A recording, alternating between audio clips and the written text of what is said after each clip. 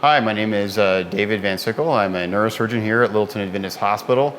I'd like to talk to you today about a new procedure doing deep brain stimulation asleep rather than awake. We've been doing deep brain stimulation for many years, and I myself have been doing it for 7 years. However, today we'd like to focus on a new way to do it where you don't have to be awake during the procedure. One of the things I want to talk about is the rapid pace of information which has come for using DBS with individuals with Parkinson's disease. DBS is FDA approved to treat the symptoms of Parkinson's disease and has been since 2002. Many people still feel that it's experimental, it's something that's up and coming, but it really is here and now. And the information which has been coming out about the benefits from deep brain stimulation has truly been dramatic and rapid. In 2001, the VA study group demonstrated that DBS was both safe and effective. The FDA approved DBS based on that study in 2002. That was only 11 years ago. Now we know, as discovered by Deutschel in 2006, DBS is effective in a randomized controlled study. Randomized controlled studies is what we doctors look for as the best medical evidence about what to do to treat our patients. These randomized control studies have been repeated multiple times for DBS, and in 2009, DBS was shown to be superior to using just medications alone. In 2010, we learned by Dr. Follett that in a comparison between different targets, the subthalamic nucleus and the globus pallidus internus, that these targets are relatively equivalent. So no matter which target your center uses, you're likely to see benefit. In 2010, Dr. Williams demonstrated that DBS plus good aggressive medical management was better than medical management alone, also through a randomized controlled study. It's really important to point out that we understand DBS works through these randomized controlled studies better than we know much of the rest of medicine we practice. And recently, in 2013, Deutschel published that really we should be doing DBS earlier in the disease, at the first signs of motor fluctuation. The same benefits that patients received in those earlier studies can be had to an even greater degree for individuals who were implanted potentially in their first 3 to 4 years after their diagnosis. Also, we learned in 2013, just literally several weeks before this clip was filmed, that DBS can potentially extend the lifespan of somebody with Parkinson's disease. The reason for that, in a study performed in England, in Birmingham, after a 10-year follow-up, was that those individuals who had deep brain stimulation seemed to not develop the swallowing problems leading to aspiration pneumonia that did develop in individuals who didn't get deep brain stimulation. This really came as a surprise to all of us who worked in the field. We always thought deep brain stimulation was simply for treating the symptoms. Now we know it may actually extend lifespans. Randomized control studies are the best form of evidence. As far as extending lifespans, however, we probably won't see a randomized control study. Once you know that you could potentially extend somebody's lifespan with it, you can't ethically perform such a study. So you might be wondering whether you're a candidate for deep brain stimulation to treat your symptoms of Parkinson's disease. The candidacy is fairly straightforward. First thing is you actually have to have idiopathic Parkinson's disease. That might seem fairly obvious, but there are actually other forms of Parkinson's disease called Parkinson plus syndromes. And we want to make sure that you don't have one of those diseases. Only a neurologist or a neurosurgeon can be able to tell for sure. Other things are that you want to make sure you respond to a drug called Sinemet or one of the sister drugs that is like Sinemet. While it's important that you have some response to Sinemet or one of the sister drugs to Sinemet, your tremor does not necessarily have to respond. It's also important to know that you only have to have a little response to Sinemet. Some individuals can't tolerate Sinemet at all. It makes them sick. And in those individuals, I often will have them try just a little bit, just to see that they have a response. But even a little bit of response is sufficient. With that, we talk about a window of opportunity. Probably when you're first diagnosed, the first day, you're not ready to go off and have brain surgery. And likely your symptoms will be well controlled with just a few pills. However, late in the disease, when contractures in the muscles have set in or dementia has set in, the deep brain stimulation is not likely to improve your quality of life. It's in that middle area, and we're tending towards earlier in that middle area where deep brain stimulation is most effective. One good way to think about deep brain stimulation is, as far as quality of life, is it will back up your quality of life to where it was about 7 years ago. So you think about where you are today and where you were 7 years ago, and that's a pretty good prediction as to where you'll be after deep brain stimulation. Now, every patient's a little bit different. Some actually back up more than 7 years, some back up less. But another way to think about it is, I know the way I am today, and I see where I'm going to be in 7 years. Would I like to be like I am now in 7 years rather than where I'm going to be? DBS treats the motor symptoms of Parkinson's disease. It treats the slowness of movement. It treats the shuffling gait, where you walk stooped forward. It allows you to stand upright. It treats tremor. If you have a tremor from Parkinson's disease, DBS is very effective at reducing it or potentially eliminating it. It treats the masked face, where you can't express yourself to others and to loved ones as you once did. Many times my patients tell me, my patient spouses tell me, thank you for giving my spouse back, because the expression is like it was 7 to 10 years ago. It does not typically treat the non-motor symptoms of Parkinson's disease. These symptoms are blood pressure drops when you stand up, if you have significant balance problems, those symptoms typically are not treated. Only a neurologist or neurosurgeon can tell you for sure. But like we talked about, with the very fast advancing pace of information concerning deep brain stimulation, it's important to seek out someone who's up to date on the most current information. I'm often asked about the success rate of deep brain stimulation. It's a bit of a hard question to answer because most individuals don't think I'm being honest. I actually have not yet had a patient who said they wouldn't do it again. Really, anecdotally, I can divide my patients with deep brain stimulation into two groups. There's the younger, healthier group who do it early, and oftentimes it's almost as if a miracle had happened where they look like they don't have the disease. There's my older patients who typically are just a lot better, but they really still have some symptoms of the disease. I haven't yet had the patient that is worse off than they were before. That being said, deep brain stimulation is not without risk. There are two main risks that are important to talk about and to understand to put them into context. One could have a stroke from this surgery. One could have an infection from the operation. However, realistically, while the system might have to be removed and redone, which is an absolute terrible inconvenience for the patient, nevertheless, usually in the end, we can still get a good quality outcome. These are the real risks of deep brain stimulation. Oftentimes, when an individual talks to their spouse or their other loved ones or to sometimes uninformed physicians, these risks get overblown. And I think it's important to just address them head on as to what the risks actually are. So it seems intuitively obvious, but one might wonder why you'd want to have deep brain stimulation asleep versus awake. I actually offer both surgeries still to this day. More than 100,000 electrodes, actually more than 100,000 patients have been treated with DBS. The vast majority of those patients have had their leads placed during an awake surgery. Those patients have done very well. We have a lot of information about those individuals, and we know the risks very, very well. Asleep DBS is new.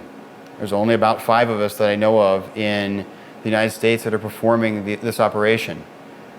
It has probably some risks that we don't even know about because less than 1,000 individuals have been treated in this way. However, I give the same explanation to all my patients, and 70% choose to have it asleep simply because it is more convenient for them, it is less scary for them, and there's less discomfort associated with the operation.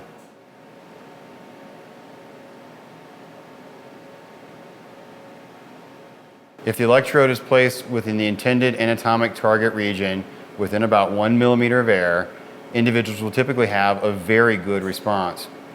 If it's outside of 2 millimeters of air, individuals likely won't have a good response at all.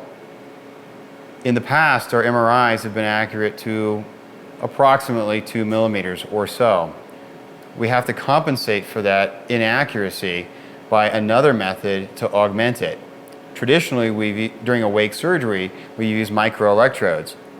These microelectrodes have tips on them that are so small, they're about 1/4 millimeter in diameter, that they can record the firing of single cells within the brain. That firing pattern is how we confirm we're in the right location. We also confirm we're in the right location by stimulating both with the permanent electrode, and this is an actual permanent electrode that would be implanted, as well as using the microelectrode to confirm that the slowness of movement, the rigidity, and the tremor do indeed stop. Now, I can't simply hold one of these freehand. I need a way to hold it because the accuracy would be far beyond what I could do with my hands. I use a platform like this called a Starfix platform, but others around the country might use a frame which goes around the head or other similar devices. Because the electrodes have to be advanced very carefully, a little drive like this is attached to the platform on the patient's head to, in hundredths of a millimeter at a time increments, advance the catheters through the brain to the target area. All of this happens with the patient awake and is necessary for them to be awake so that we can determine the right location and correct for that 2 millimeters of air. A new method is to just simply place a surrogate for the electrode. We'll place a probe where we think the electrode should be, and then use a CAT scanner to actually look inside the brain and confirm where that electrode tip is. This is a serotome CAT scanner. It's a type of an intraoperative CAT scanner that is highly accurate, and we can take the images from this, fuse them with our MRI hand in hand so they become one image, and see where the tip of our stylus is in the space of our MRI, thereby confirming its location. It's a different way to achieve the same thing. On the one hand, we can confirm the functional location of the electrode by confirming its use. On the other hand, we can confirm the anatomic location of the electrode within the space on the MRI. Because the anatomic location does not require the patient to be responsive to us, the patient can be under general anesthesia.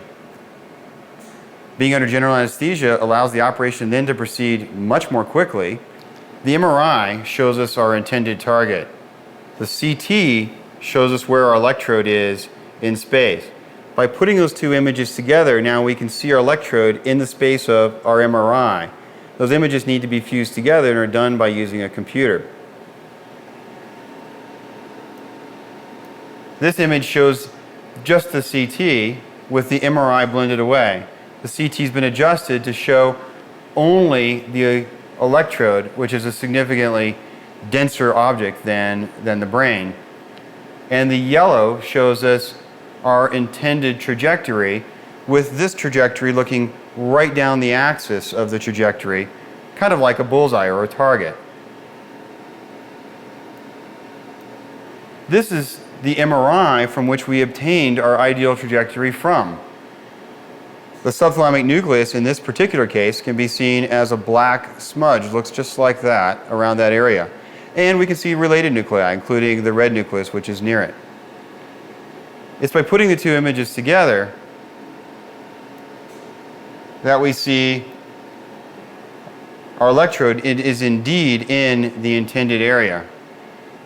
It allows us to encapsulate many aspects of the procedure into one procedure. the pre-op imaging, the planning, and the actual placement of the electrodes all take place in one 3-hour period where the patient goes to sleep and wakes up and the electrodes have been completely implanted. All that's left to do at that point is to put in the generators and program the device so that individuals see the benefit.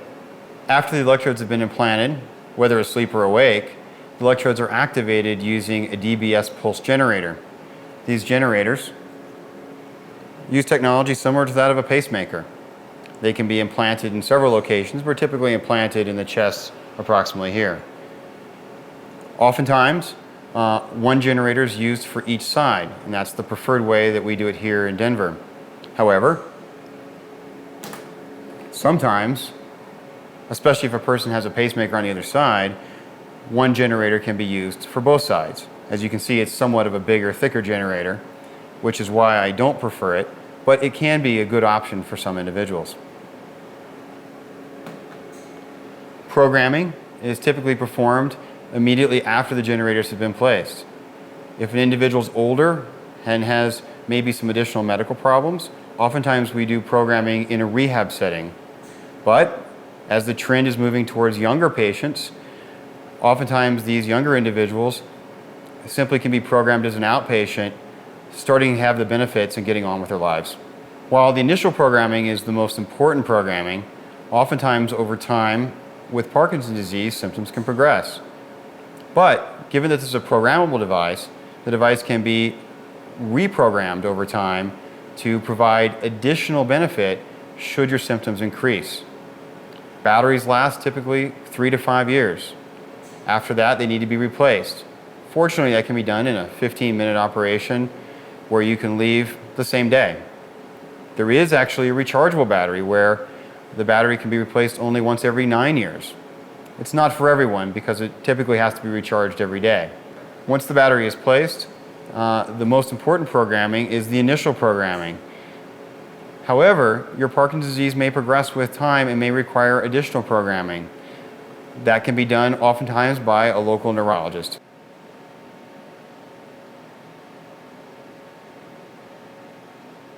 Traditionally, where an electrode is placed in basically a single operating day over oftentimes 5, 6, or 7 hours, only to have a patient come back and put another electrode in over an additional 5, 6, 7 hours, is extremely uncomfortable for the patients. It is also extremely expensive for society. At that pace, a typical surgeon can only put in a limited number of electrodes in a given year. That means that many individuals who have Parkinson's disease, who by the latest evidence could benefit from deep brain stimulation, will never benefit from deep brain stimulation unless we change the way we do it. Having a new technique available, which is as good as the technique which we've done for a number of years, but which can be done less expensively and can be done more efficiently, will allow the surgery to be brought to far more individuals. At the present time, I offer both surgeries in my practice. I do the surgery awake and I do the surgery asleep, and my patients choose which they'd rather have for them. Many of my rural patients, however, are choosing a sleep DBS not because they're afraid of awake surgery, but simply because it's far less trips to Denver they have to make.